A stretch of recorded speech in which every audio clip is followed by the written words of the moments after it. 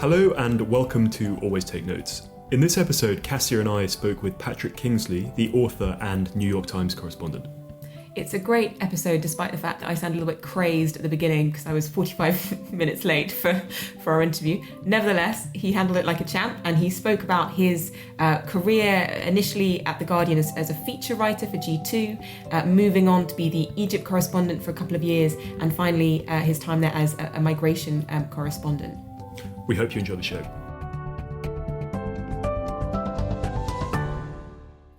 Hello, we're here with Patrick Kingsley, the author and foreign correspondent for the New York Times based in London. Thank you so much for agreeing to speak with us and for, sharing your time. And I'm sorry, I'm a bit flustered because I was sort of horrendously late, but we'd like to start, as we always do, with your initial interest in writing and your entry into journalism. Gosh, well, two separate things, I think. I think my entry into journalism is a bit easier. I edited the student paper at university, Cambridge, and basically because I was working with people much more talented than I was. A lot of us won awards at the Guardian Student Media Awards, which is an annual award scheme for people involved in student journalism. And as I say, basically because they were really good. I mean, we had like Reporter of the Year, Sports Writer of the Year, Feature Writer of the Year, I think, a bunch of those kinds of awards. I got an award as their editor, and that got me an internship at The Guardian, which I did in my third year of Cambridge.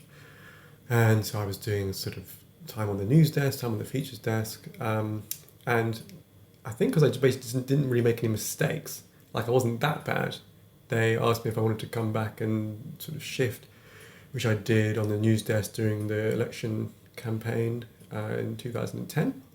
And then I came back again in the summer, sort of in a more permanent capacity for the features desk G2, and I became a feature writer.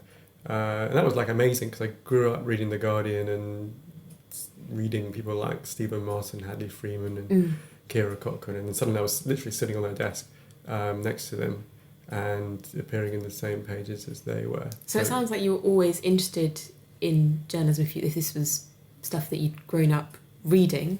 And if you went on to edit the student newspaper, was this something that you were just very passionate about? You don't generally become editor by accident? I think I remember when I was about 6 or 7, I remember I was asking my mum all the time what the difference between all the newspapers were. And one day she just bought all the newspapers, or 5 or 6, and we made a spreadsheet, hand-drawn spreadsheet, and I think I had to work out what the difference between all the newspapers were, right-wing, left-wing, tabloid, broadsheet. So yeah, even as a child I was fascinated by journalism. And I never quite imagined I would necessarily end up in journalism just because it seemed so far away. And in fact I had a job as a teacher that I was supposed to do had I not been offered that chance on G2 at The Guardian. I was supposed to be teaching in a comprehensive in Liverpool. But in the end I didn't go there because I suddenly had this amazing chance to try and make it at The Guardian, so I took that. And maybe I'll go back to teaching at some point. Who knows? Something I think to myself on a rainy day. With a kind of 10 years perspective, what's your view on student journalism now? I mean, it's something I did a lot of as well. What's your view looking back on that whole world? Well, it's funny because at the time you think you're the biggest deal in the world. You're the editor of the student paper at university. And everyone's reading every week, and you think it's like brilliant. And then now you look back in like abject embarrassment, and you're like, how can I write that? How did we have that idea? Is it all digitised? Thankfully not. I've got a compendium, a printed version of like all the papers printed as a book, which hopefully no one will get their hands on. But I think it's great. It's great training though. You having to put out a weekly paper. And it's real in a way that sometimes the sort of internship experience cannot be, right? Yeah, I mean, you're making editorial decisions. Sometimes you're getting sued for libel, as in a couple of cases, Varsity was. And also, I mean, I wished, like, at that time, I'd had a greater understanding of where journalism was going in the outside world, because that was the time when the digital revolution was in full swing, and it actually would have been far more useful around 2008 to be just doing a student website rather than a student paper, because it turns out actually papers are fast going out of business. So I mean, I'm sort of amazed that we were so oblivious to what would have been really useful.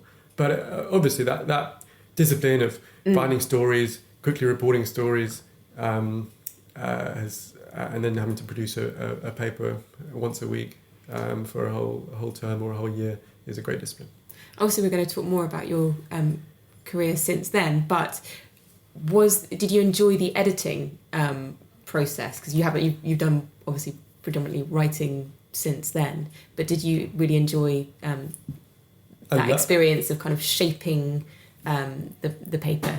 I loved it. I loved editing. In fact, I didn't really think of myself as a writer at that time. You know, I loved coming up with like the centre spread or just deciding what was going to be in like the magazine section of the paper. I think that was the best bit. I remember like being in the office at 4 a.m, you know, just making sure all the hairline dividers between the right hand column and the main feature on that page was the right weighting. You know, was it 1.5 points or 0.5 points?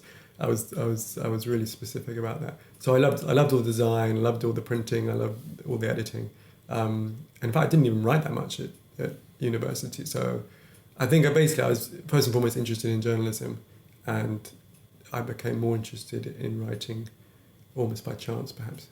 What was that initial experience at The Guardian like, doing that kind of G2 stuff? I mean, we had a look at some of the clips, and it seemed you were covering a huge range of stuff within there. From Paul the Psychic Octopus to TP tents and all the rest of it. And this great piece you sent on about the Gap Year Trail in Thailand. But what, being there straight out of university, what was that experience like? I mean, it's a cliche, but it was a dream come true. I had grown up reading this section, which, as you were hinting at, had this amazingly wide, varied range of subjects and articles and tones. And suddenly I was right in the middle of it. And some of the stuff you do is quite silly, and it's basically about yourself. You know, they would send me out to do stupid things. Like one time I had to wear some meggings, which are male leggings, and supposedly they were going back into fashion. Obviously, it was a complete fad. But anyway, so I had to go around wearing those. But then sometimes you're doing very serious things, like I remember going to Poland and doing a piece about middle class life in Poland, because we were doing a series about trying to compare life in different parts of Europe. And then there was that piece in Thailand where I went out and spent. We'll put it in the notes so that the readers can explore it. Yeah. Right. Well, they'll be able to see this time I spent a week at the full moon party on Koh Phangan Island in Thailand, and watching, people dance and get drunk and piss into the sea. So it was incredibly varied, and I was given all this amazing responsibility, even within days or weeks. I remember after my first week, Emily Wilson, who was one of the editors of G2 at that time, just came by my desk and said, "Fancy going to Thailand?" And so it was just an extraordinary opportunity to have at such a young age. And I basically finished exams one day and started at The Guardian the next, and just have been pinching myself ever since. And we always try on the show to ask the tougher questions here, and obviously there's a big conversation going on about diversity and things at the moment. You were at school at Eton. What do you feel that background, and in general, what was it like being very young, being in that environment? That kind of piece. Was there resentment or? Well, the first thing to say is that it's a huge problem that someone like me has so much more access to these kinds of jobs than people from other kinds of backgrounds, and it's something I wrestle with basically every day. And to be honest, I feel guilty about it.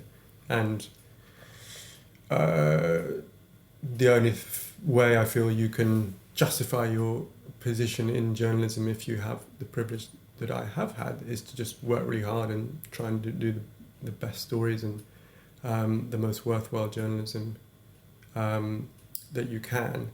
And beyond that, you can't just. There has to be more positive action. I do believe that. We can't just have this system where there are fewer and fewer paid internships. There are fewer and fewer grad schemes that give people from all different backgrounds the advantage of working in London if they don't have parents who live Were here. the Guardian paying interns at that time? They were paying me, but not all people on work experience at the Guardian were getting paid, although they do have various different schemes.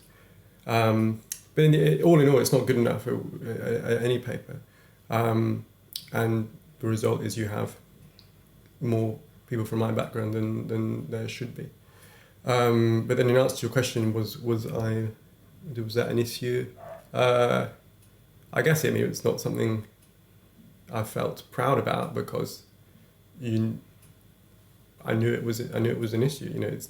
If journalism is a public good, it's a public good because it reflects what's going on in the outside world, and it can only really reflect properly what's going on in the world if you have a range of people who are able to tap into lots of different walks of life. And if you don't have that range of people, then you're not doing what journalism's out to do. Or should be out to do. From what you're saying, it sounds like you really landed on your feet and fell into this role in some ways at G2. And as you say, you were pinching yourself and you had this other job lined up.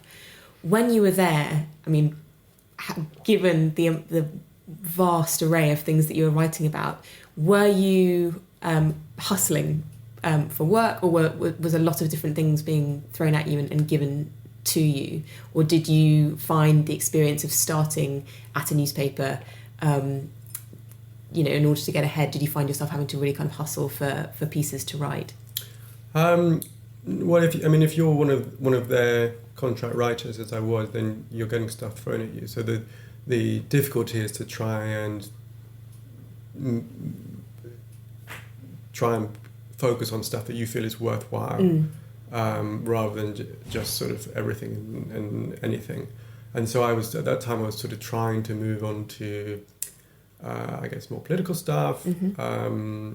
I pitched and began to write a column about alternative communities. This was around the time of Occupy, and people were starting to think harder about, capitalism and other forms of political and economic models, and I was interested in that too.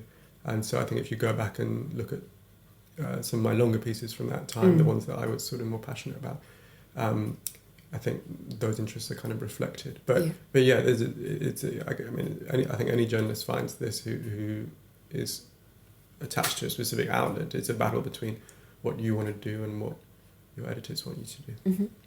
By the time you'd been at The Guardian 3 years after you arrived, you sort of had this new role as the Egypt correspondent, which you held for a couple of years from 2013 to 2015. Is that correct?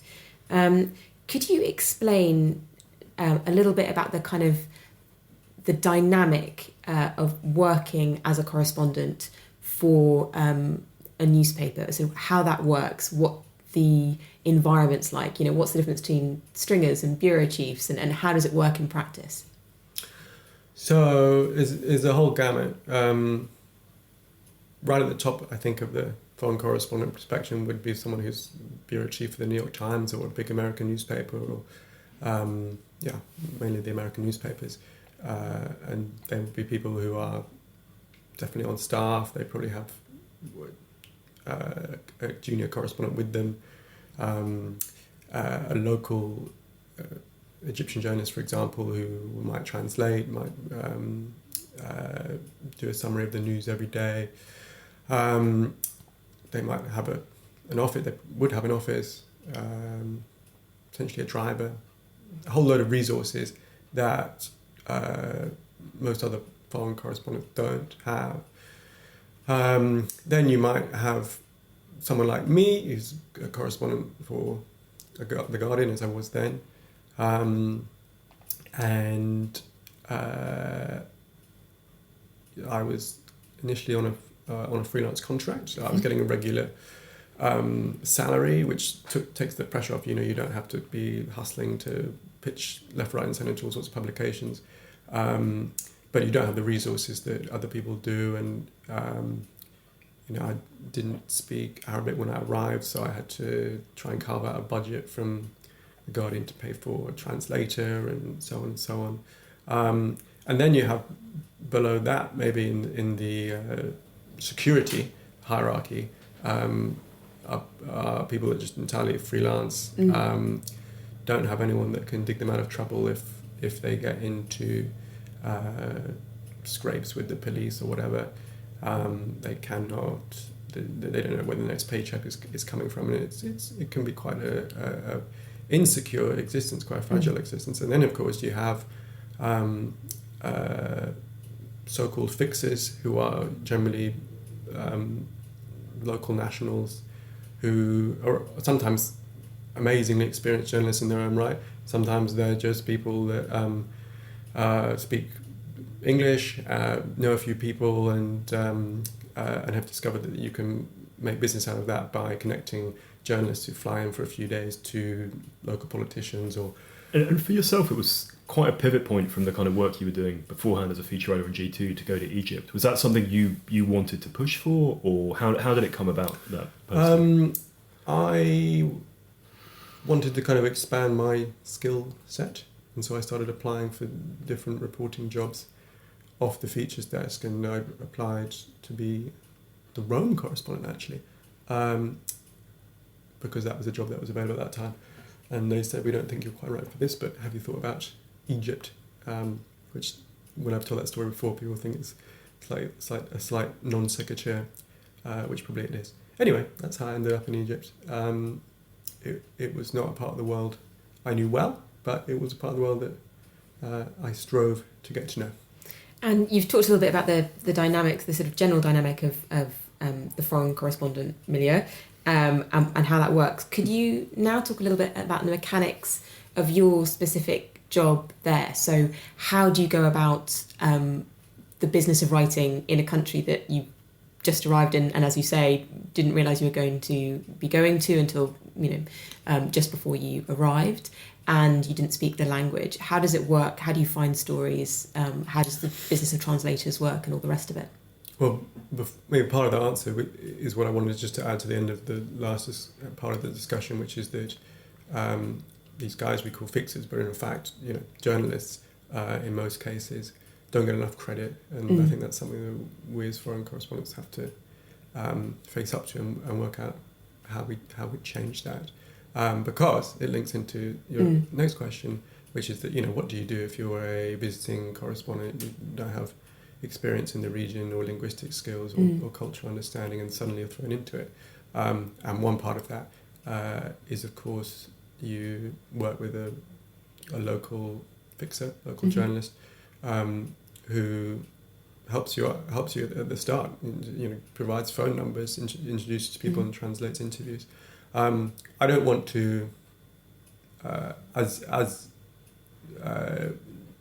dependent as I was, and particularly on several people at the time, particularly a chap called Manu, whose surname we don't publish for safety reasons, but he was a rock at that time. Another man called Muafak Safadi. They were phenomenal people who I wouldn't have been able to do the work I was doing without. I don't want to underestimate, though, my own effort, as much as you are dependent on other people.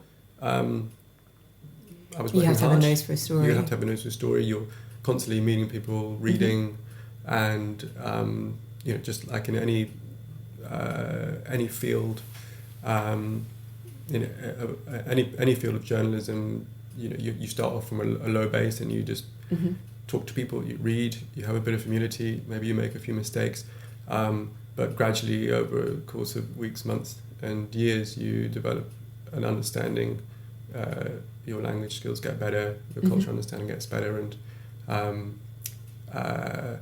I think it's important not to underestimate the effort that certainly resident foreign correspondents put in as well. And you were there at a time of, a lot was going on politically in Egypt at that time. How did the mix work between the kind of daily stuff and some of these bigger investigative pieces you were doing? We were looking particularly at the story about the men who were gassed. 37 prisoners. Who were gassed. Yeah. How did your kind of rhythm work between those enterprise type pieces and the kind of daily file? We just ended up working really hard. because you're doing in busy times 3, 4, 5, 6 news stories a week, particularly for the Guardian, which really had an appetite for news stories. But then you're also trying to squeeze in these long-term investigative projects, which might take you out of town, out of Cairo, to some village in the middle of nowhere, as that particular story did. I mean, just to give people some context, 37 or 38 people have been gassed to death in the back of a police truck waiting to enter a prison, and no one had had a proper explanation for why that atrocity happened. And there'd also been, not just an explanation, but there were also lies about it. There'd been a cover-up, yeah. So Manu and I tried to track down the few people that were in that truck that survived. They'd spent some time in prison and then sort of had got released slowly and in unpublicized ways over the next few months. And then there were also policemen who were around the truck who we also got to. And yes, to do those interviews, you're having to take 1 or 2 days out of Cairo to go to some village in the middle of nowhere to try and persuade them to talk to you. And that's hard to fit in with the daily news grind, the quick turnaround that you have to maybe do in 3 or 4 days, and you need to be at your laptop with a good internet connection and a phone. Obviously, the different newspapers will have different expectations of their foreign correspondents. But what was the expectation? Did you have sort of a monthly quota of pieces or a weekly quota of pieces? Or were you getting sort of asked by people in the UK to write certain stories that they thought were relevant?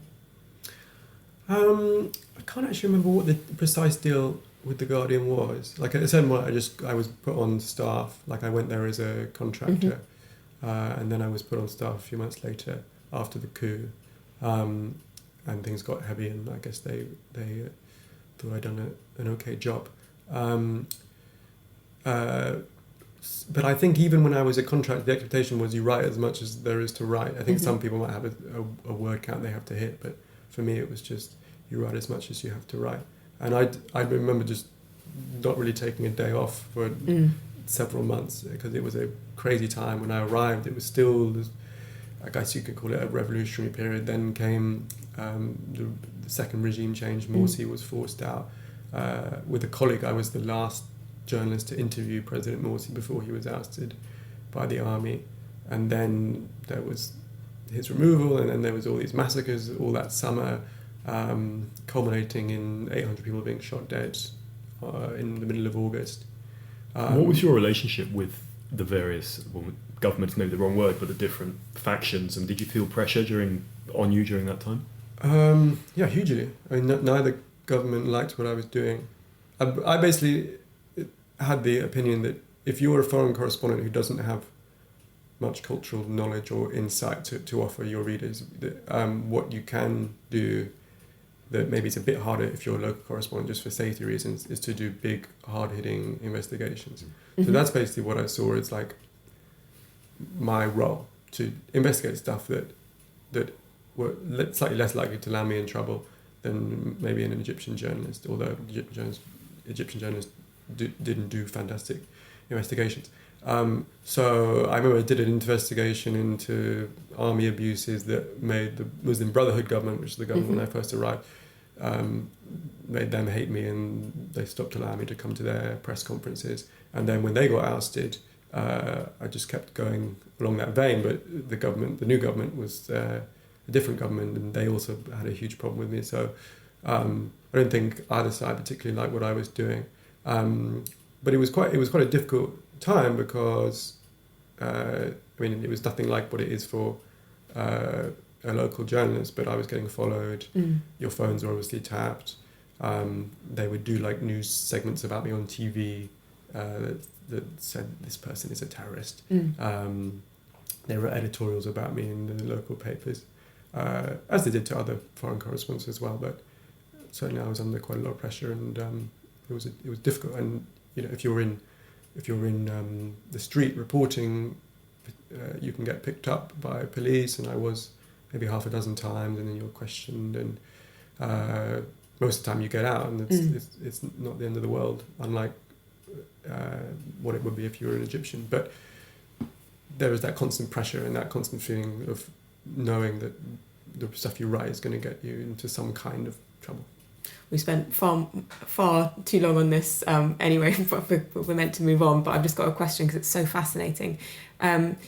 Do you think, given that you say that what you can offer people in this context are these sort of big investigative pieces, and that's what you can add, but presumably bridge burning is therefore just sort of a professional hazard of a journalist sort of working those kind of fairly volatile beats, because if you're doing these in big investigative pieces, you're going to be annoying people, and that means that you are lessening your access to groups once you've presumably done one of these pieces.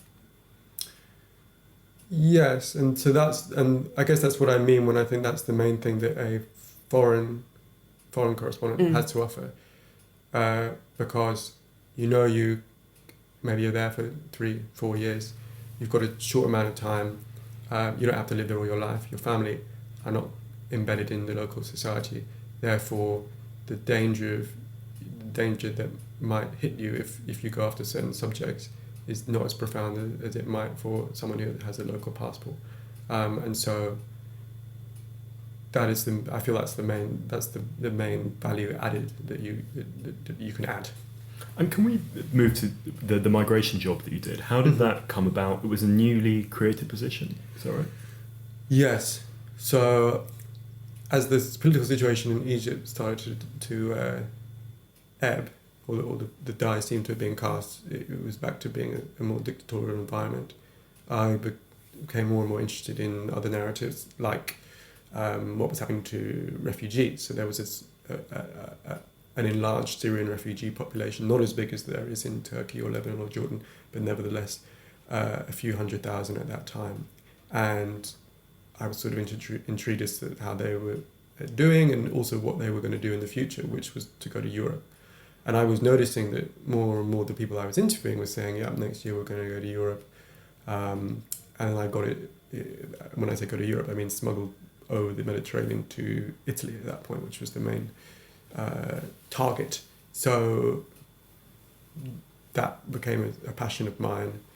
In 2014, I started meeting smugglers, trying to understand the smuggling networks.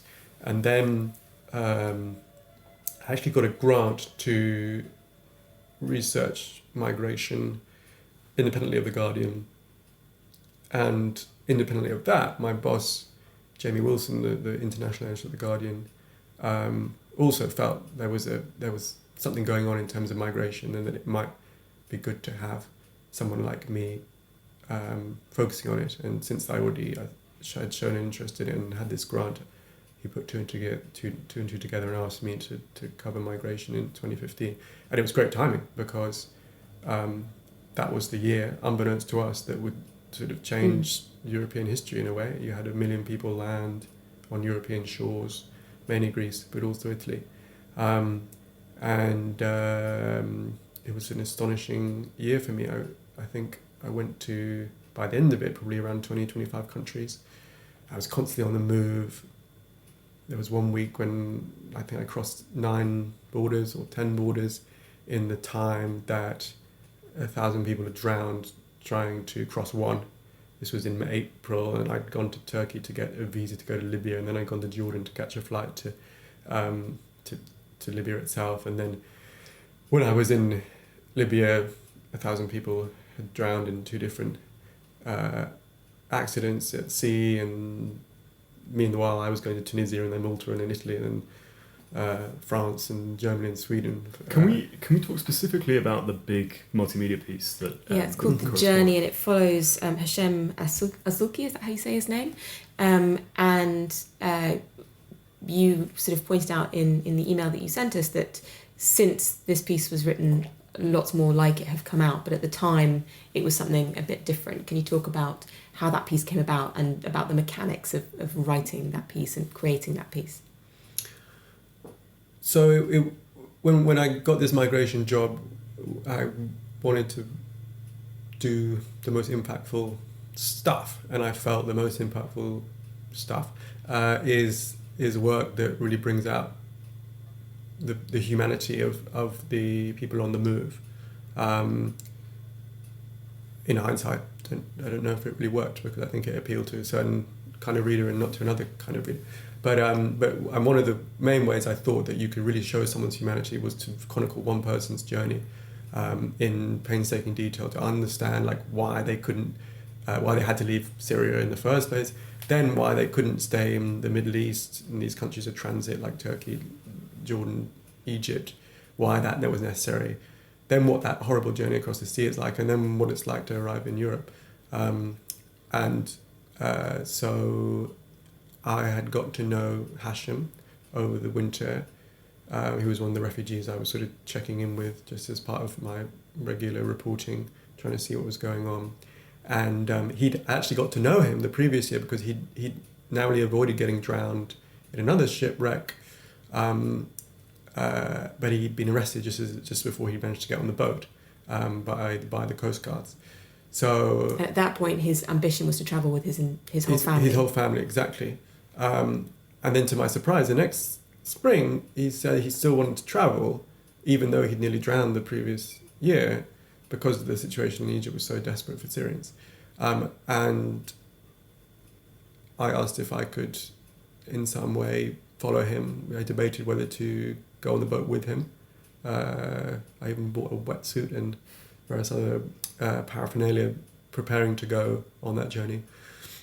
In the end, I didn't, but I went and I met him in Italy as soon as he landed in Italy. Yeah, because I was interested reading it. What elements of the reporting were retrospective, and what were you there with him? And were there, when you were talking to your editors about this, were there kind of questions of how you're going to source it, also some ethical questions about, accompanying people? How did you negotiate that piece? Well, I think there are two main ethical questions. One is it right to... we asked them to take photos on the boat, and we asked them to take notes on the boat, so that we had some kind of contemporaneous record, as well as retrospective interviews that I conducted once he landed in Italy. Is it right to ask someone who's going to put themselves through a life or death situation to do something like that for you? And the second ethical question is, if you as a journalist are accompanying a refugee through Europe, to what extent are you participating in that journey, and to what extent are you observing? And then the second part of your question was about sort of the professional... Yeah, did you... Because the way it's written, it's all in the historic present, right? The piece, one of my favourite tenses. But and we'll link to it in the show notes. Yep. But it's not sort of stated where you're present and where you're not, but there's a separate piece of kind of how this was made piece, right, that goes with it. Exactly. So I wasn't present with him on the boat, and we were relying on the videos that he made, the photos that he took, the diary that he kept, which was quite a detailed diary, and the interviews that I did with him afterwards, and with a few other people that were with him on the boat, to try and second source at least some of what he'd said. So for some people, that is, I guess the question is that enough? Is that enough proof of what happened? And then the second bit about where you're actually, you're with him, whether that's influencing the situation. With the second part, are you influencing the situation? If a border guard comes along and sees you the journalist in your smart clothes with someone who otherwise might look a bit more conspicuous, are you influencing the journey? I think that's a valid question. But as it happened, I don't think it was really a concern, just the way things panned out. I don't want to spoil too much of what happens to him, but certainly the riskier bits of his journey were ones where I could see what was going on, but for various reasons I was actually several roads away, and so I didn't feel like my presence influenced his journey or not. There was one time in a particular place where he didn't have the right currency, and it was late at night and he couldn't change the currencies in order to pay for a train ticket. And so I had this awful half an hour where we were traipsing around in the cold, where he was trying to find someone to change his money so he could buy a ticket to go to the next destination. And I was thinking, I could just buy it on my credit card. As it happens, they didn't. And but I don't know what would have happened if this situation had gone on for several more hours. Would I have prioritized my journalistic self above my human self for that long? Fortunately, I didn't have to make that choice. But then I think you also, in these cases, we elevate the journalistic quote unquote ethics above human ethics. And I think it's an open question about whether that's actually the right thing to do on a human level. I have a question that sort of touches on that. What was in it for him? Why did he agree to presumably mark himself out on the boat by taking notes and taking pictures? Why did he agree to be the subject of this piece? He's quite he's a guy who reads. He doesn't speak much English at all, but he reads foreign news or reads news about the world. He's quite urbane. He was aware of how refugees and how the Syrian situation was perceived, and I think he felt. He actually writes a little addendum to my book, which I asked him to, about why he did it. And so one of the things he says is he felt it was necessary to tell the West and to humanize the situation that he was going through to the West. And so he saw journalistic value in what I wanted to do. And the second thing was that he said, for years under Bashar al-Assad in Syria, we didn't have the right to say anything, we didn't have the right to speak out. And this was a chance for me to speak through this story we did in The Guardian. Can we talk, you mentioned your book in passing there, can we talk more generally about your book writing and how that's fitted in parallel with your newspaper work over the period of your career? So I've written 2 books so far, hopefully not the last 2. One was a book about Denmark, about contemporary Danish society and culture. So not quite a travelogue, not a travel guide either. It's basically a series. I best describe it as a series of G2 features about different aspects of Danish society. I'm just going to give the title. It's How to Be Danish, and it was published in 2012. Thank you. Buy short books. Go buy it now. That came about because I was talking to a small and upcoming publisher called Short Books, and they wanted. They were interested in me writing a book because they liked my writing in The Guardian, and we were sort of throwing ideas around. I said I was interested in Denmark, or that I was watching a lot of Danish TV shows that were on British television at that time, and they said, well, why don't you write a book about contemporary Denmark, seeing as it's kind of a cool thing in parts of British society at the moment, or parts of North London maybe. So I went to Denmark for a month or so. I did about 100 interviews and turned those into a series of chapters about Danish food, Danish TV, Danish design, how Denmark is sort of trying to absorb lots of immigrants. And that was kind of separate to my my day job at The Guardian, and the migration book, which is called The New Odyssey, published by Faber. That was a very different process. It came out of my reporting for The Guardian and bits of reporting that I was sort of doing on the side, but it was definitely something that I couldn't have done without being at The Guardian. And so that was a sort of different process. But both books I wrote in about a month. The Danish book I wrote in a month. I had 3 months off, maybe 2 months off. I did reporting in 1 month, and I did the writing in 1 month. I just treated it as a really intense period of reporting, as I would for The Guardian. Then the book about migration, I think I wrote it in 5 weeks. Parts of it were already basically there because I'd written versions of them for The Guardian, including the story about Hashim, but others were written from scratch. So it wasn't like I was writing 90,000 words in 5 weeks. But maybe. Did you find that a fulfilling way to work, or if you're going to do books again in the future, would you want to be working perhaps at a slightly different rhythm? Sure, I love that luxury, but also I'm used to working really intensely, and I love being a journalist on a day-to-day basis, and I'm not yet ready to, by any means, to be in a sort of phase of my life where I'm just writing a book for a year, or I'm doing a project for 3 or 4 years. I like working as a reporter, doing shorter pieces, and so if writing a book in a really intense and short period of time is the only way to sort of balance those two desires, then so be it for the time being. Well, your love of journalism is a good place to end on, because we're now going to move to your next career move to the New York Times, which was at the beginning of last year, 2017. Yeah, January 2017. What prompted the move?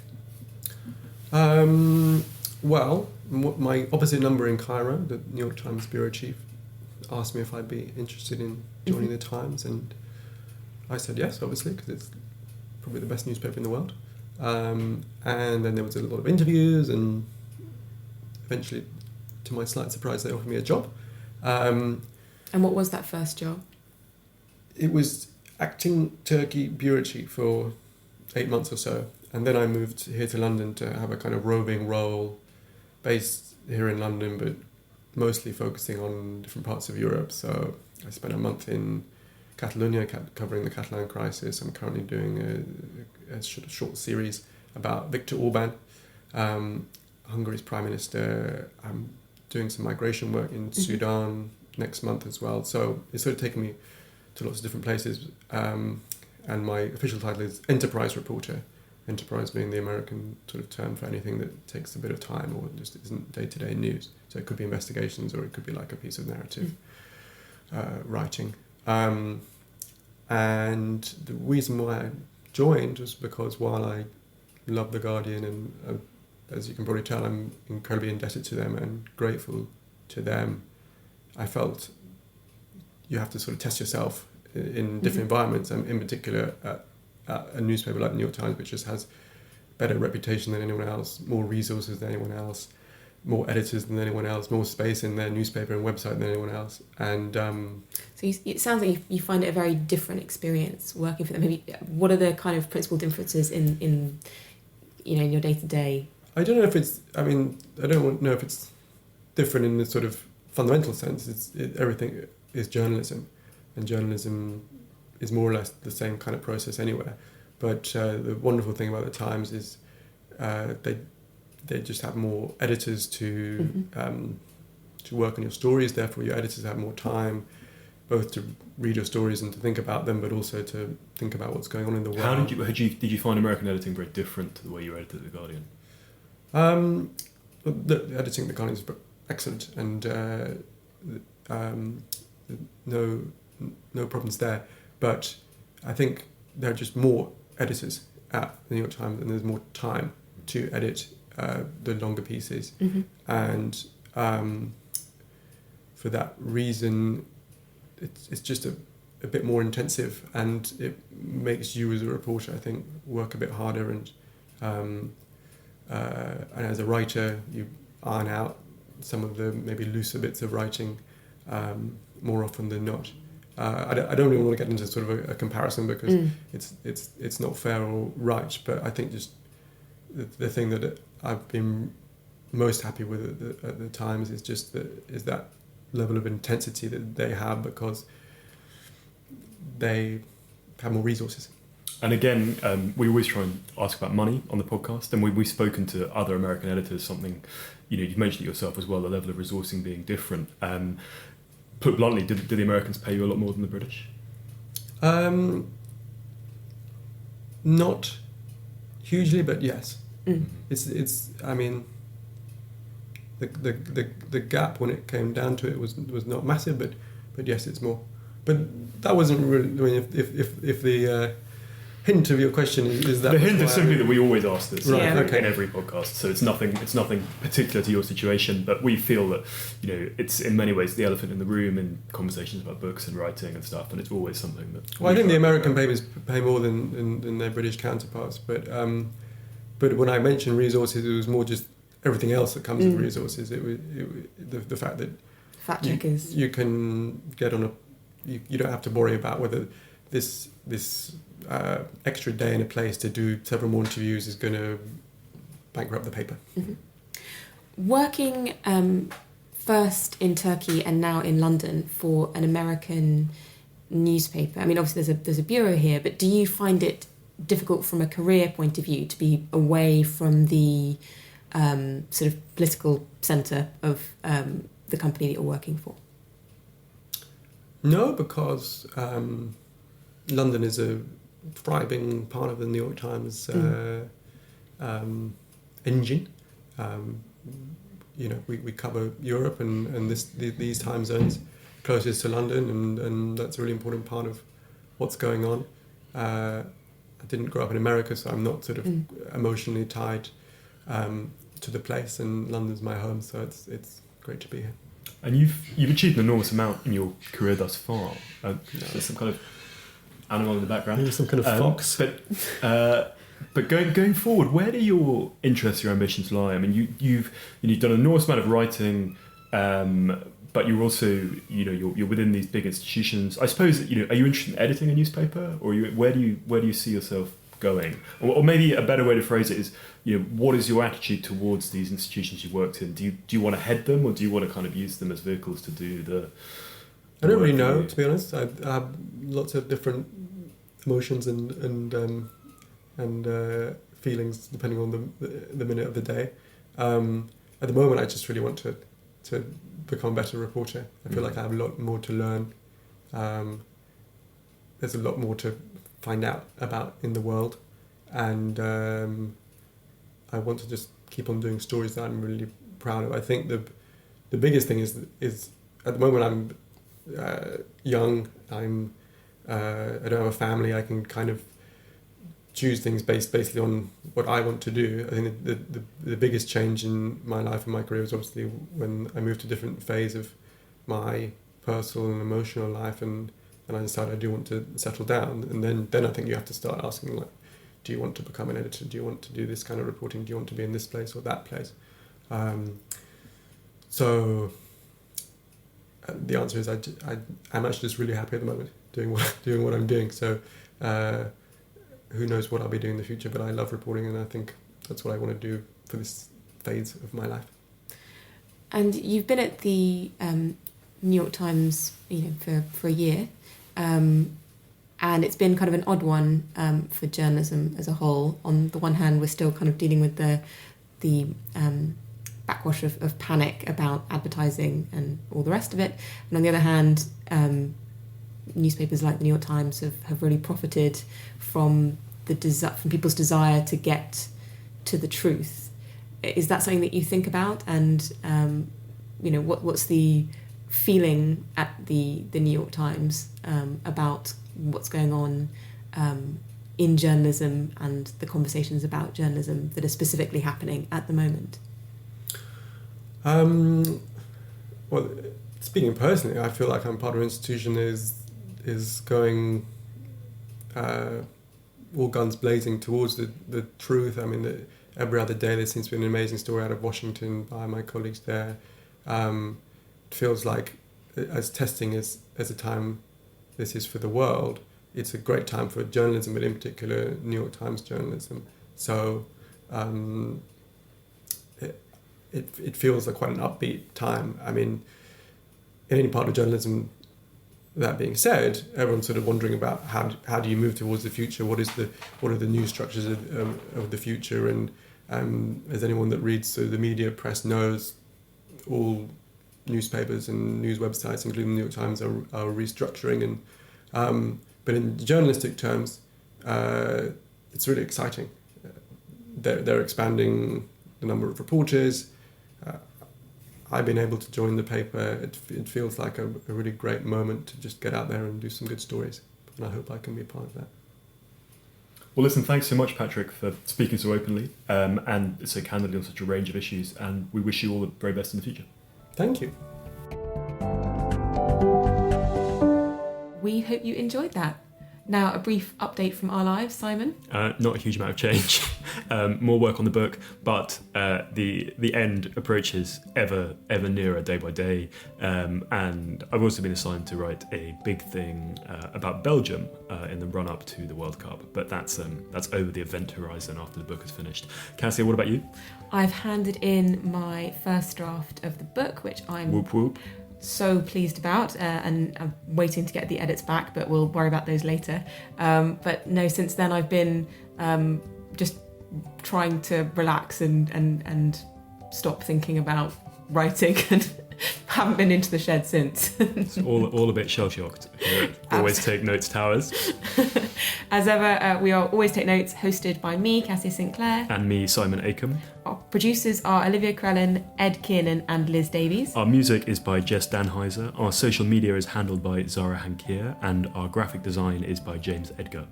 We're of course on social media. You can find us on Facebook and Instagram, just search Always Take Notes. Our Twitter handle is @TakeNotesAlways, and our website is alwaystakenotes.com. And if you've enjoyed the show, please do leave a review on iTunes. It really helps. Thank you very much.